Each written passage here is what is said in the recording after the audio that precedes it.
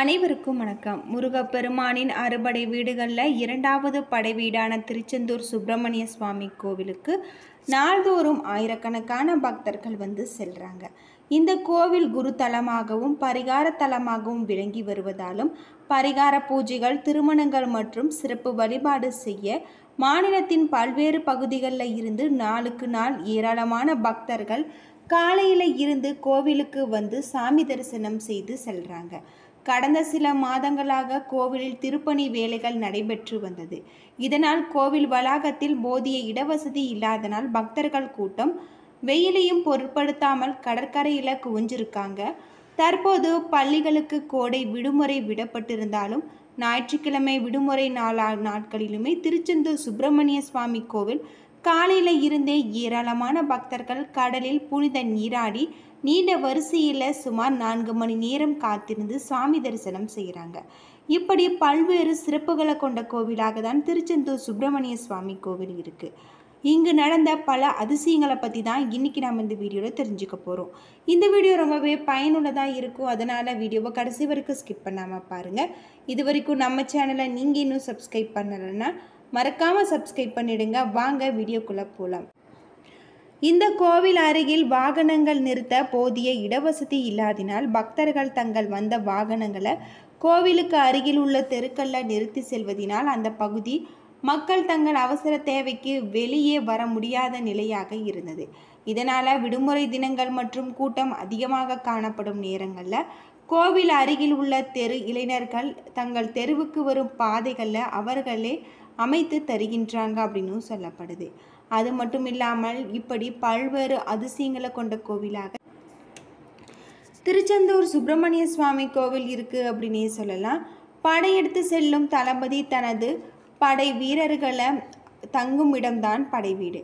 அது மட்டும் இல்லாமல் சூரபத்மனை வதைக்க முருகப்பெருமானுடன் அவரது தளபதி வீரபாகு மற்றும் படை வீரர்கள் தங்கியிருந்த படை வீடு தான் திருச்செந்தூர். அப்படிப்பட்ட பெரும் சிறப்புக்குரிய திருச்செந்தூர் சுப்பிரமணிய சுவாமி கோவில் பல்வேறு சிறப்புகளை கொண்ட கோவிலாக தான் இருக்கு. சூரபத்மன் என்னும் அரக்கனை முருகப்பெருமான் ஐப்பசி மாதம் வளர்ப்பிறை சஷ்டி என்று தனது வைரவேல் கொண்டு வதைத்து வெற்றி கொண்டிருக்காரு. அது நிகழ்ந்த இடமே திருச்செந்தூர். எனவே தான் திருச்செந்தூர் ஒவ்வொரு வருடமும் கந்த சஷ்டி விழாவன்று சூரசம்ஹாரம் வெகு விமர்சையாக கொண்டாடப்படும். திருச்செந்தூரில் கந்த சஷ்டி விழா வெகு விமர்சையாக கொண்டாட வேறு ஒரு காரணம் ஒன்றும் சொல்லப்படுது. சில முனிவர்கள் உலக நன்மைக்காக புத்திரன் ஒருவன் வேண்டுமென்று கருதி ஐப்பசி மாத அமாவாசை என்று துவங்கி 6 நாட்கள் யாகத்தை நடத்தியிருக்காங்க. அந்த 6 நாட்களில் ஒவ்வொரு நாளுமே ஒவ்வொரு வித்து வெளியாகதாகவும் அந்த 6ம் இணைந்ததே ஆறுமுகம் எனப்படும் முருகப்பெருமானாக காட்சியளிக்கிறார். எனவே திருச்செந்தூர் முருகன் தினமே கந்த சஷ்டி விழாவாக சொல்லப்படுது அப்படின்னு சொல்லுறாங்க. திருச்செந்தூர் சுப்பிரமணிய சுவாமி கோவிலில் சென்னையில் இருந்து 600 கிலோமீட்டர் தொலைவில் தூத்துக்குடி மாவட்டத்தில் மன்னார் வளைகுடாவை ஒட்டிய கடற்கரையில் அமைஞ்சிருக்கு இந்த கோவில். சூரபத்மனை வெற்றி கொண்டதால் இங்கு கோவில் கொண்ட முருகப்பெருமான் ஜெயந்திநாதர் என்று அழைக்கப்படுவதாகவும் பின்னால் மருவி செந்தில் ஆண்டவர் எனவும் மருவிருக்கு அப்படின்னே சொல்லலாம். அது மட்டும் இல்லாமல் திரு ஜெயந்திபுரம் என்பதில் இருந்து திருச்செந்தூர் என்றதாக சொல்லப்படுது. முன்னுரையில் சொன்னது போலவே அறுபடை வீடுகளின் மலை மீது அமைந்திராத கோவில் இந்த திருச்செந்தூர். ராஜகோபுரம் 9 அடுக்குகளை கொண்டதும் 150 அடி உயரமுடைய கோபுரமாக இருக்கு. இங்கு முருகன் இடது கையில் தாமரை மலருடன் ஜடாமுடி கொண்டு சிவயோகி போல காட்சி தராரு. முருகனின் சிலைக்கு பின்னால் இடதுபுற சுவரில் வெற்றி பெற்று வந்த முருகன் பூஜை செய்ததாக சொல்லப்படும் லிங்கங்கள் ஒன்று இருக்கின்றது. அதுக்கு முதல்ல பூஜைகள் செய்த பிறகு முருகப்பெருமானுக்கு பூஜைகள் செய்வாங்க. மேலும் முருகன் சன்னதிக்கு வலதுபுறத்தில் பஞ்சலிங்க சன்னதி இருக்கு. இந்த மூலவர் முருகனின் இடதுபுறம் உள்ள சிறிய வாயிலின் வழியே உள்ளே நுழைந்து சுற்றி வலம் வந்து பாதாள பஞ்சலிங்க தரிசனம் செய்ய வார நாட்களில் பக்தர்கள் அனுமதிக்கப்படுறதாகவும் சொல்லப்படுது. தமிழ்நாட்டில் நாகரிக பண்பாட்டில் சிறந்து விளங்கிய நகரம் என்று அழைக்கப்படுவது தான் திருச்செந்தூர். திருச்செந்தூர் அலைவாய், திருச்சீர் அலைவாய், வெற்றி நகர், அலைவாய் சேரல் போன்ற பல பெயர்களில் அழைக்கப்படுவதாக சொல்லப்படுது. திருச்செந்தூர் முருகன் கோவில் மன்னார் வளைகுடா கடற்கரையின் பகுதியில் அமைந்துள்ளதால் அலைவாய் என்றும் திரு என்னும் அடைமொழி பெற்றிருப்பதால் திருச்சீர் அலைவாய் என்னும் பாடல்களில் சிறப்பாக புகழப்படுது. திருச்செந்தூரில் ஓம் வடிவில் தோன்றியுள்ள இந்த முருகன் கோவில் பல்வேறு சிறப்புகளை கொண்ட கோவிலாக தான் இருக்கு. திருச்செந்தூரில் வீரவாகு தேவர் அனைத்து கடவுள்களுக்கும் காவல் தெய்வமாக விளங்குவதால் திருச்செந்தூரை வீரவாகு பட்டினம் என்று அனைவராலும் அழைக்கப்படுது. இந்த கோவிலில் வீரவாகு தேவருக்கு பூஜைகள் நடந்து முடிந்த பின்னரே முருகப்பெருமானுக்கு பூஜைகள் நடத்தப்படுறதாக சொல்லப்படுது. திருச்செந்தூர் கோவிலின் ராஜகோபுர வாசல் ஆண்டு முழுவதும் அடைக்கப்பட்டு தான் இருக்கும். ராஜகோபுரம் எப்போது திறக்கப்படும் என்றால் சூரசம்ஹாரம் முடிந்த பிறகு தெய்வானை திருமண நாட்களில் மட்டுமே இந்த கோபுரமானது திறக்கப்படும்.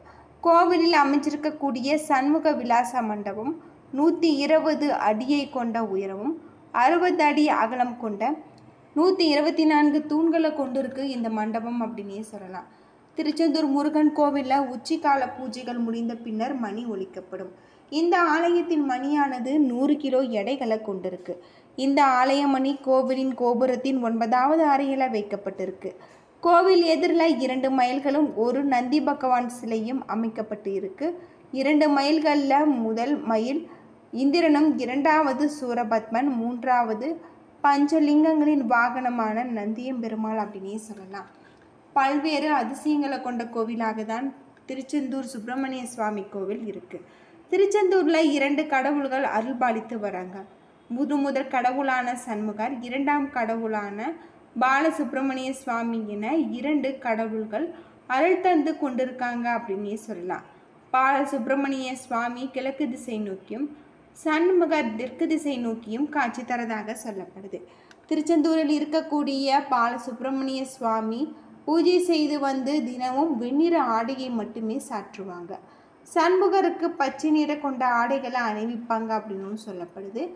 கோவிலின் மூலவருக்கு பின் பகுதியில் பாம்பறை என்னும் சுரங்கப்பாதை இருக்கு. கட்டணம் செலுத்தி சுரங்கம் உள்ளே சென்றால் முருகன் பூஜை செய்து வந்து பஞ்சலிங்கங்களை பார்த்து தரிசிக்கலாம். திருச்செந்தூர் கோவிலில் சண்முகர், ஜெயந்திநாதர், குமரவிடங்கர், அலைவாய் பெருமாள் போன்ற 4 உற்சவர்கள் இருக்காங்க. குமரவிடகர் என்பவருக்கு மாப்பிள்ளை சாமி என்ற பெயரும் இருக்கிறதாக சொல்லப்படுது. திருச்செந்தூரில் அமைச்சிருக்கக்கூடிய முருகன் சூரசம்ஹாரம் முடிந்த பிறகு தாமரை மலர வைத்து சிவபூஜை செய்து வந்திருக்காரு. இன்றுமே முருகனின் வலது கையில் தாமரை மலர் இருக்கிறதாக சொல்லப்படுது. மூலத்தாளத்துடன் பூஜை செய்வதற்கு பிறகு ஒரு கிண்ணத்தில் பால் உணவு எடுத்துக்கொண்டு மூலத்தாளத்துடன் திருச்செந்தூர் முருகன் கோவில் அமைச்சிருக்கக்கூடிய கடற்கரையில் ஒன்று செலுத்துவாங்க. இந்த பூஜைக்கு கங்கா பூஜை என பெயர் இருக்கிறதாக சொல்லப்படுது. முருகனுக்கு சிறுபருப்பு கஞ்சி, பால்கோவா, வடை, சர்க்கரை பொங்கல், கற்கண்டு, பேரிச்சம்பொரி, சுயன், தேன்குழல் போன்றவை மிக விருப்பமான உணவுகள் அப்படின்னே சொல்லலாம். அதைவிட தினமும் முருகன் பூஜை செய்து வந்த சிறப்புக்குரிய இரவு நாட்களில் முருகனுக்கு பால் மற்றும் சுக்கு வெந்நீர் மட்டுமே வைப்பதாக சொல்லப்படுது. இப்படி பல்வேறு அதிசயங்களை கொண்ட கோவிலாக திருச்செந்தூர் சுப்பிரமணிய சுவாமி கோவில் இருக்குது. இந்த கோவில் தங்கத்தேரில் அறுகோண வடிவில் முருகன் சிலை வைக்கப்பட்டிருப்பது தனி சிறப்புக்குரிய ஒன்று. அது மட்டும் இல்லாமல் திருச்செந்தூரானது ஆதி காலத்தில் பல மணற்குன்றுகளை கொண்ட கோவிலாக இந்த கோவில் இருப்பதாகவும் இந்த மணற்குன்றுகள் நாளடைவில் கோவிலில் பிரகாரமாக மாறிவிட்டது. கோவிலின் வடக்கு பகுதியில் அருகில் மணற்குன்றுகள் மதிலாக தோற்றமளிக்கிறதாக சொல்லப்படுது. திருச்செந்தூர் முருகனே கோவிலில் இடது பக்கத்தில் வள்ளி குகை இருக்கு. இந்த கிணற்றுக்கு பக்கத்தில் 4 கிணறு இருக்கிறதாக சொல்லுது. 24 அடி ஆழத்தினை கொண்ட 4 கிணற்றில் பக்தர்கள் நீராடுவதும் நீராடிய பிறகு அங்குள்ள கடற்கரையில் இருக்கக்கூடிய முருகப்பெருமான வழிபடுவும் தனி சிறப்புக்குரிய ஒன்று. என்ன நண்பர்களே, இந்த வீடியோ உங்களுக்கு பயனுள்ள தகவலை தந்திருக்கும்னு நினைக்கிறேன். வீடியோ பிடிச்சிருந்தா லைக் பண்ணுங்கள், ஷேர் பண்ணுங்கள், கமெண்ட் பண்ணுங்கள். இது போல் தகவலை தெரிஞ்சிக்க நம்ம சேனலை மறக்காமல் சப்ஸ்கிரைப் பண்ணுங்கள். நன்றி நண்பர்களே.